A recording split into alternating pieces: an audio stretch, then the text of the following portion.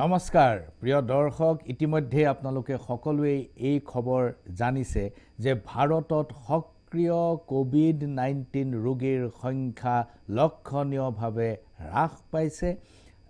অসমতো তেনেকৈ কোভিড ৰোগীৰ সংখ্যা হ্ৰাস পোৱাটো অত্যন্ত ইতিবাচক কথা কোভিড সেন্টাৰসমূহ যি পৰীক্ষণ কেন্দ্ৰ আছিল সেই পৰীক্ষণ কেন্দ্ৰসমূহ সৰভাগে উঠাই দিয়া হৈছে স্কুল কলেজবিলাকত যি পৰীক্ষণ কেন্দ্ৰ আছিল সেইবোৰ কেতিয়াবাই নোহোৱা কৰা হৈছে আৰু পৰীক্ষণ কেন্দ্ৰৰ সংখ্যা কমি যোৱাৰ পিছৰ পৰা কোভিড ৰোগীৰ সংখ্যাও কমিছে আৰু পহিলা জানুৱাৰীৰ পৰা শিক্ষা মন্ত্ৰীয়ে প্ৰাথমিক বিদ্যালয় পৰ্যন্ত খোলাৰ ঘোষণা কৰিছে তেওঁলোকে প্ৰাথমিক স্কুল মুকলি কৰি দিব ছাত্ৰ ছাত্ৰীৰ বাবে আনহাতে কোভিডৰ ভেকচিনৰ সম্পৰীক্ষাও প্ৰায় চূড়ান্ত পৰ্যায়ত অচিৰেই পৃথিৱীৰ বজাৰত সকলোতে সাধাৰণ মানুহে পাব পৰাকৈ কোভিড ভেকচিন উপলব্ধ হোৱাটো প্ৰায় খাটাং হৈ পৰিছে কিন্তু এই সম্পৰীক্ষাৰ মাজতো বহুতখিনি বাধা বিঘিনি আছে হাৰিয়ানাৰ গৃহমন্ত্ৰীজন কোভিড সম্পৰীক্ষা প্ৰক্ৰিয়াৰ অন্তৰ্গত আছিল তেখেতৰ শৰীৰত পৰীক্ষা নিৰীক্ষা চলি আছিল আৰু এই পৰীক্ষা নিৰীক্ষা চলি থকাৰ সময়তে তেখেতৰ শৰীৰত কোভিডৰ উপস্থিতিৰ উমান পোৱাটোৱে আকৌ এটা নতুন ঘটনা আৰম্ভ কৰিছে আহক কোভিড-19ৰ ভেকচিন সম্পৰ্কত কি পৰ্যায়ত আছে ভেকচিনৰ প্ৰক্ৰিয়াটো এই সম্পৰ্কে আমি বুজ লওঁ বছৰৰ অন্তিম মাহটোত মানৱ জাতিলৈ আহিছে সুখবৰ খুব সোনকালে হয়তো পৃথিৱীবাসীয়ে লাভ কৰিব কোভিড-19ৰ ভেকচিন অথবা প্ৰতিষেধক 280টা বিভিন্ন অনুষ্ঠান প্ৰতিষ্ঠানে পৃথিৱী জুৰি কোভিড ভেকচিনৰ সম্পৰীক্ষা চলাই আছিল ইয়াৰে 280টাৰ ভিতৰত 4টা প্ৰতিষ্ঠানে চলোৱা কোভিড ভেকচিন প্ৰায় চূড়ান্ত পৰ্যায়ত আছে আৰু সংশ্লিষ্ট কৰ্তৃপক্ষৰ অৰ্থাৎ সংশ্লিষ্ট দেশসমূহৰ স্বাস্থ্য বিভাগৰ স্বাস্থ্য নিয়ন্ত্ৰক ব্যৱস্থাটোৰ যদি অনুমতি পায় তেনেহলে দেশে এই ভেকচিনবিলাক মুকলি কৰি দিয়া হ'ব চূড়ান্ত পৰ্যায়ত আছে 4 ধৰণৰ ভেকচিন 4টা ব্ৰেণ্ডৰ ভেকচিন এক নম্বৰটো হৈছে অক্সফোৰ্ড নিৰ্মিত এষ্ট্ৰাজেনেকা ভেকচিন পৃথিৱীৰ কেইবাটাও ল্যাবৰেটৰীত এই ভেকচিনৰ সম্পৰীক্ষা চলি আছে ভাৰতবৰ্ষৰ সিৰাম ইনষ্টিটিউট অফ ইণ্ডিয়া নামৰ প্ৰতিষ্ঠানটোৱে এই ভেকচিনৰ সম্পৰীক্ষা চলাই আছে আৰু ইউৰোপ আৰু আমেৰিকাৰ কেইবাটাও প্ৰতিষ্ঠানত এই ভেকচিনৰ ভেনিজুৱেলাৰ কেইবাটাও প্ৰতিষ্ঠানত এই ভেকচিনৰ সম্পৰীক্ষা চলি আছে ব্ৰাজিলতো চলি আছে ফাইজাৰ নামৰ প্ৰতিষ্ঠানটোৱে নিৰ্মাণ কৰা ভেকচিন চূড়ান্ত পৰ্যায় অতিক্ৰম কৰিছে অনুমোদন পালেই যিকোনো দেশত ফাইজাৰে এতিয়া ভেকচিন দিবলৈ প্ৰস্তুত ইয়াৰ উপৰিও আমেৰিকাৰ মডেৰ্না নামৰ প্ৰতিষ্ঠানটোৱে ভেকচিন সম্পৰীক্ষা চূড়ান্ত পৰ্যায় অতিক্ৰম কৰি বজাৰত মুকলি কৰি দিবলৈ সাজু হৈছে আৰু ৰাছিয়াই ইমান দিনে দেশৰ ভিতৰত পৰীক্ষা চলাই থকা দেশৰ ভিতৰত প্ৰয়োগ কৰি থকা স্পুটনিক নামৰ ভেকচিনটো লৈ পৃথিৱীক বিক্ৰী কৰিবলৈ সাজু হৈছে দেশৰ জনসাধাৰণৰ বাবে মুকলি কৰি দিবলৈ সাজু হৈছে আনহাতে আমাৰ দেশেও ভাৰতবৰ্ষয়ো নিজা শৈলীৰে ভেকচিন সম্পৰীক্ষা চলাই আছে কোভাক্সিন নামেৰে এই ভেকচিনটো আপোনালোকে সকলোৰে নাম শুনিছে ইতিমধ্যে কানপুৰৰ ল্যাবৰেটৰীত আৰু বেলেঘাটাৰ ভাৰত বায়োটেক নামৰ প্ৰতিষ্ঠানটোৰ ল্যাবৰেটৰীত এই ভেকচিনৰ সম্পৰীক্ষা চলি আছে আৰু ভাৰত বায়োটেকে কানপুৰ আৰু বেলেঘাটাৰ ল্যাবৰেটৰীত পশ্চিমবংগৰ বেলেঘাটাৰ ল্যাবৰেটৰীত প্ৰথম আৰু দ্বিতীয় পৰ্যায়ৰ সম্পৰীক্ষা সম্পূৰ্ণ হৈছে আৰু ভাৰত বায়োটেকে ঘোষণা কৰা মতে যে প্ৰথম আৰু দ্বিতীয় পৰ্যায়ৰ সম্পৰীক্ষাৰ ফলাফল অত্যন্ত ইতিবাচক আৰু কোভাক্সিনৰ তৃতীয় পৰ্যায়ৰ সম্পৰীক্ষাও দেশ জুৰি আৰম্ভ হৈছে আশা কৰা হৈছে যে 2021 চনৰ অৰ্থাৎ অহা বছৰ জুন মাহত ভাৰতীয় কোভাক্সিন ভাৰতৰ যিটো নিজৰ ভেকচিন সেইটো ভাৰতৰ বজাৰত মুকলি কৰা হ'ব অহা বছৰ মাজভাগত অৰ্থাৎ জুন মাহত আৰু কালি শুক্ৰবাৰে প্ৰধানমন্ত্ৰী নৰেন্দ্ৰ মোদী ডাঙৰীয়াই ইতিমধ্যে দেশবাসীলৈ সুখবৰ দিছে যে মাত্ৰ কেইসপ্তাহমানৰ ভিতৰতে ভাৰতবৰ্ষত ভেকচিন সৰ্বসাধাৰণ ৰাইজৰ বাবে সুলভ হৈ পৰিব ই এটা অত্যন্ত ইতিবাচক কথা যে ভেকচিন যেতিয়া কিন্তু ওয়াৰ্ল্ড হেলথ অৰ্গানাইজেশন বিশ্ব স্বাস্থ্য সংস্থা ই কিন্তু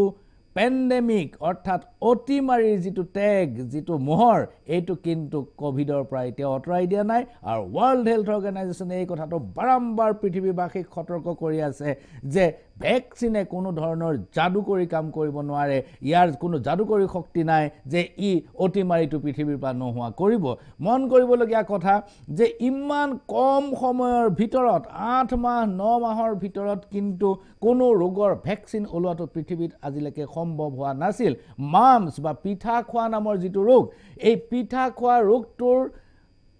ভেকচিন প্ৰস্তুত কৰিবৰ বাবে 4 বছৰ সময় লাগিছিল আৰু ইয়েই আছিল অতি কম সময়ৰ ভিতৰত প্ৰস্তুত হৈ উঠা ভেকচিন যিটো আজিও অত্যন্ত কাৰ্যক্ষম ৰূপত প্ৰয়োগ হৈ আছে কিন্তু কোভিড-19ৰ ভেকচিন যদি এইকেইটা ভেকচিন বা আৰু যি ভেকচিন নোলায় এইকেইটা ভেকচিন যদি সঁচাকৈয়ে কাৰ্যক্ষম হয় তেনেহ'লে বুজিব লাগিব যে 8 বা 9 মাহৰ ভিতৰত পৃথিৱীত ভেকচিন প্ৰস্তুত কৰাটো সম্ভৱ হৈ উঠিছে আহক আমি এতিয়া বুজ লওঁ আপোনালোকে গ্ৰাফিক্সত দেখি থাকিব যে কি ধৰণৰ ভেকচিন বজাৰলৈ আহি আছে ইংলেণ্ডত এতিয়া ফাইজাৰৰ ভেকচিন ব্যৱহাৰ কৰাৰ কাৰণে ইংলেণ্ডৰ চৰকাৰে ইতিমধ্যে অনুমোদন দিছে আৰু ফাইজাৰ নামৰ কোম্পানীটোৱে দাবী কৰিছে যে এই ভেকচিন 96% কাৰ্যক্ষম অৰ্থাৎ ইয়াৰ 96% কাৰ্যকাৰিতা আছে মাত্ৰ 4% হে কৰবাত ভুল ত্ৰুটি ৰৈ যাব পাৰে ব্ৰিটেইনে ইংলেণ্ডে যেতিয়াই এই ভেকচিনত অনুমোদন দিলে ইংলেণ্ডৰ পিছতে দিছে বাহৰেইন নামৰ দেশখনে ফাইজাৰৰ ভেকচিন প্ৰয়োগৰ বাবে অনুমোদন দিছে আৰু ফাইজাৰে দাবী কৰিছে যে প্ৰাথমিক অৱস্থাৰ পৰা অন্তিম পৰ্যায়লৈকে যিবোৰ পৰীক্ষা নিৰীক্ষা সকলোবোৰ সম্পূৰ্ণ কৰা হৈছে বেলজিয়ামত থকা ফাইজাৰৰ যিটো উৎপাদন কেন্দ্ৰ তাৰ পৰা 8 লাখ ড'জ ভেকচিন ইংলেণ্ডে অনাৰ ব্যৱস্থা কৰিছে আৰু অহা সোমবাৰৰ পৰা ইংলেণ্ডত আৰু গ্ৰেট ব্ৰিটেইনত সকলোতে এই ভেকচিন দিয়া কাম আৰম্ভ হোৱাৰ সম্ভাৱনা আছে মন কৰিব এই ভেকচিন বিধৰ এটা সমস্যা আছে কি যে ফাইজাৰৰ ভেকচিনটো -70 ডিগ্ৰী অৰ্থাৎ -70 ডিগ্ৰী সেলসিয়াছ উষ্ণতাত সংৰক্ষণ কৰিব লাগিব নহলে ইয়াৰ কাৰ্যকাৰিতা হ্ৰাস পাব এইটোৱে হৈছে ফাইজাৰ ভেকচিনটোৰ আটাইতকৈ দুৰ্বলতম অংশ কাৰণ এই ভেকচিনটো সংৰক্ষণ কৰিবৰ বাবে বিশাল কোল্ড ষ্টৰেজৰ প্ৰয়োজন হ'ব ইয়াক স্থানান্তৰ কৰাৰ বাবে ইঠাইৰ পৰা সিঠাইলৈ নিয়াৰ বাবে বিশাল কোল্ড চেইনৰ প্ৰয়োজন হ'ব আৰু সেই কাৰণে বিশ্ব স্বাস্থ্য সংস্থাই বাৰম্বাৰ ঘোষণা কৰি আছে যে পৃথিৱীত উৎপাদিত 50% ভেকচিনে হয়তো নষ্ট হৈ যাব একমাত্ৰ প্ৰয়োজনীয় আন্তঃগাঁথনিৰ অভাৱত কাৰণ যদি আমাৰ ভাৰতবৰ্ষ বা আফ্ৰিকাৰ দেশবিলাকৰ বা আমাৰ এছিয়াৰ দেশবিলাকৰ চীন বাদ দি ইমান ডাঙৰ কোল্ড ষ্টৰেজ বা কোল্ড চেইন এতিয়া হৈ উঠা নাই যিটোৱে আচলতে ভেকচিন সৰবৰাহ আৰু ভেকচিন সংৰক্ষণত সহায়কৰ ভূমিকা গ্ৰহণ কৰিব পাৰে ফাইজাৰে এই বছৰতে মুঠ 50 নিযুত ড'জ ভেকচিন উৎপাদন কৰিব এই বছৰত তেওঁলোকে সিদ্ধান্ত লৈছে আৰু অহা বছৰৰ ভিতৰত তেওঁলোকে 1.3 বিলিয়ন ড'জ উৎপাদন কৰাৰ লক্ষ্য স্থিৰ কৰিছে এই ভেকচিনৰ মূল্য মাৰ্কিন ডলাৰ হিচাপত $20 পৰা $30 হ'ব আৰু ভাৰতীয় মূল্যৰ হিচাপত 1500 টকাৰ পৰা 2250 টকা পৰ্যন্ত হ'ব পাৰে হেয়া আছিল ফাইজাৰ ভেকচিন দ্বিতীয়টো ভেকচিনৰ কথা আহিব খুজিছো মই আপোনালোকে গ্ৰাফিক্সত দেখিব যে অক্সফৰ্ড বিশ্ববিদ্যালয়ৰ অধীনত যি গৱেষণা চলিছিল এই গৱেষণা অনুসৰি অষ্ট্ৰাজেনেকা নামৰ প্ৰতিষ্ঠানটোৱে চূড়ান্ত পৰ্যায় অতিক্ৰম কৰিছে ভেকচিন প্ৰস্তুতিত এই ভেকচিন 99% প্ৰায় 100% কাৰ্যক্ষম বুলি তেওঁলোকে দাবী কৰিছে আৰু এই ভেকচিনৰ ইয়াত এটা কায়দা আছে এই ভেকচিনৰ প্ৰথম ড'জটো আধা দি এমাহৰ পিছত যদি সম্পূৰ্ণ ড'জটো দিয়া হয় তেনেহলে ইয়াৰ ফলাফল 90% শুদ্ধ ওলাই আৰু ইতিমধ্যে 23000 জন লোকৰ শৰীৰত ইয়াৰ পৰীক্ষা সম্পন্ন হৈছে আৰু 70ৰ পৰা 90% পৰ্যন্ত ইতিবাচক ফলাফল আহিছে বুলি তেওঁলোকে দাবী কৰিছে আটাইতকৈ সুখবৰটো হ'ল যে এই ভেকচিনৰ মূল্য ভাৰতত মাত্ৰ 225 টকাত উপলব্ধ হ'ব বুলি জানিব পৰা গৈছে আৰু কিন্তু ভাৰতৰ যিটো প্ৰতিষ্ঠানে ইয়াক উৎপাদন কৰিছে সিৰাম ইনষ্টিটিউট অফ ইণ্ডিয়া তাৰ যিজন মেনেজিং ডাইৰেক্টৰ আদৰ পুনাৱালা তেওঁ কৈছে যে 225 টকাত হয়তো সম্ভৱ নহবও পাৰে ইয়াৰ মূল্য হয়তো 1000 টকা হ'ব পাৰে ভ্যাকচিন অক্সফৰ্ডৰ ভ্যাকচিন অস্ট্ৰাজেনেকা ভ্যাকচিন সংৰক্ষণ কৰা অত্যন্ত সহজ মাত্ৰ সাধাৰণ উষ্ণতাত মাত্ৰ আপোনাৰ ঘৰত থকা ৰেফ্ৰিজাৰেটৰটোত 2 ডিগ্ৰীৰ পৰা 8 ডিগ্ৰী পৰ্যন্ত 8 ডিগ্ৰী সেলসিয়াছৰ ভিতৰত ইয়াক সংৰক্ষণ কৰিব পৰা যায় ফাইজাৰৰ ভ্যাকচিনৰ নিচিনাকৈ -70 ডিগ্ৰীত ইয়াৰ প্ৰয়োজন নহয় গতিকে ইয়াৰ বাবে কোনো কোল্ড চেইন বা বিশাল কোল্ড ষ্টৰেজৰ কোনো প্ৰয়োজন নহব পাৰে এতিয়া আহক আমি তৃতীয়টো ভ্যাকচিন মডাৰ্না ভ্যাকচিনৰ শেহতীয়া অৱস্থা হৈছে মডাৰ্নাই প্ৰস্তুত কৰা ভ্যাকচিন তেওঁলোকে দাবী কৰিছে যে 94% কাৰ্যক্ষম মন কৰিব যে ফাইজাৰ 96% অস্ট্ৰাজেনেকা 99% আৰু মডাৰ্নাই প্ৰস্তুত কৰা ভ্যাকচিন 94% বুলি দাবী কৰিছে আৰু ইতিমধ্যে আমেৰিকা আৰু ইংলেণ্ডত তেওঁলোকে ভ্যাকচিন মুকলি কৰিবৰ বাবে অনুমোদন বিচাৰিছে এই ভ্যাকচিনৰ মূল্য $19.50 প্ৰায় $20 আৰু মডাৰ্নাৰ ভ্যাকচিনৰ ভাৰতীয় মূল্য হ'ব গৈ প্ৰায় 1500 টকা কিন্তু মডাৰ্নাৰ ভ্যাকচিনৰ মূল্য সম্পৰ্ক আকৌ নতুনকৈ বিতৰ্ক আহিছে আন এক সূত্ৰৰ মতে এই ভ্যাকচিনৰ মূল্য মডাৰ্নাই নিজে স্থিৰ কৰিছে 1855 টকাৰ পৰা 2755 টকাৰ ভিতৰত এই ভ্যাকচিনৰ সংৰক্ষণো অত্যন্ত সহজ স্বাভাৱিকভাৱে ঘৰুৱা ৰেফ্ৰিজাৰেটৰত 2 ডিগ্ৰীৰ পৰা 8 ডিগ্ৰীৰ ভিতৰত আপোনাৰ ঘৰত ইনসুলিন যেনেকৈ ৰাখে ঠিক তেনে ধৰণে ইয়াক ৰাখিব পৰা যাব আৰু বিশ্বৰ বজাৰত যিকোনো মুহূৰ্তত মডাৰ্না ভ্যাকচিন মুকলি কৰিবলৈ প্ৰতিষ্ঠানটো সাজু হৈছে এতিয়া আহক চতুৰ্থটো ভ্যাকচিন যেটো সম্পূৰ্ণ সাজু হৈ উঠিছে ৰাছিয়াৰ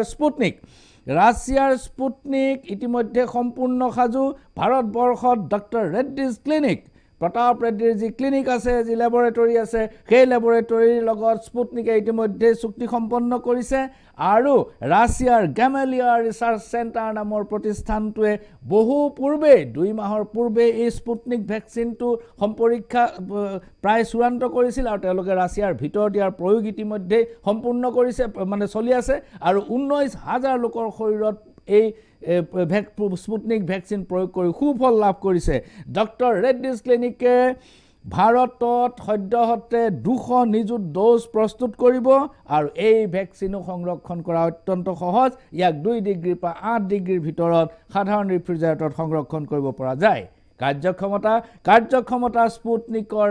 91% বুলি দাবী কৰা হৈছে আৰু ইয়াৰ মূল্য ধাৰণা কৰা হৈছে 750 টকা মান হ'বগৈ ভাৰতীয় মূল্যত এতিয়া আহক ভাৰতৰ কোভাক্সিন মই আগতেও কৈছো যে প্ৰথম আৰু দ্বিতীয় পৰ্যায় অতিক্ৰম কৰি তৃতীয় পৰ্যায়ৰ সম্পৰীক্ষা আৰম্ভ হৈছে আৰু প্ৰথম আৰু দ্বিতীয় পৰ্যায়ৰ যি সম্পৰীক্ষা এই সম্পৰীক্ষা অত্যন্ত ইতিবাচক বুলি দাবী কৰা হৈছে আৰু তৃতীয় পৰ্যায়ত এই যে সম্পৰীক্ষা আৰম্ভ হৈছে সমগ্ৰ দেশ জুৰি 26000 স্বেচ্ছাসেৱকৰ শৰীৰত এই ভ্যাকচিন প্ৰয়োগ কৰা হ'ব আৰু 26000ৰ ফলাফল আহিবলৈ কিছু সময় লাগিব আৰু এইটোৱে হ'ব ভাৰতত আজিলৈকে হোৱা সৰ্ববৃহৎ ক্লিনিক্যাল ট্ৰায়েল এই ক্লিনিক্যাল ট্ৰায়েলটোত কলিকতা সিটিৰ অকল কলিকতা মহানগৰৰে 1000 লোকে অংশগ্ৰহণ কৰিব ইতিমধ্যে 350 জন লোকে আবেদন কৰিছে স্বেচ্ছাসেৱকৰ বাবে আৰু তৃতীয় পৰ্যায় সম্পূৰ্ণ হলে 2021 চনৰ জুন মাহত ভাৰত বায়োটেকে ভাৰতৰ বজাৰত এই ভ্যাকচিন মুকলি কৰি দিব এতিয়া আহক দেশবিলাকৰ মাজত খুব প্ৰতিযোগিতা চলিছে কোনে কিমান কি ধৰণৰ ভ্যাকচিন বুক কৰিব পাৰে এতিয়া ভ্যাকচিন ভাৰতে 10 কোটি ডোজ ভ্যাকচিন আনিবৰ বাবে সাজু হৈছে আৰু তেওঁলোকে আমদানিৰ প্ৰক্ৰিয়া ইতিমধ্যে আৰম্ভ হৈছে ভাৰতবৰ্ষই 10 কোটি ডোজ আনিব আনহাতে ইংলেণ্ডে 380 নিযুত ডোজ আমেৰিকাই 2400 নিযুত ডোজ কানাডাই 338 নিযুত ডোজ ইণ্ডোনেছিয়াই 328 চীন দেশে 300 জাপানে 290 আৰু সমগ্ৰ ইউৰোপিয়ান ইউনিয়নে 2065 নিযুত ডোজ ক্ৰয় কৰিবৰ কাৰণে সাজু হৈছে গতিকে আগন্তুক দিনত ভ্যাকচিন প্ৰস্তুত কৰা প্ৰতিষ্ঠানবিলাকৰ শেয়াৰ আৰু তেওঁলোকৰ ব্যৱসায় সাংঘাতিক ধৰণে ওপৰলৈ যোৱাৰ সম্ভাৱনা আছে আৰু হয়তো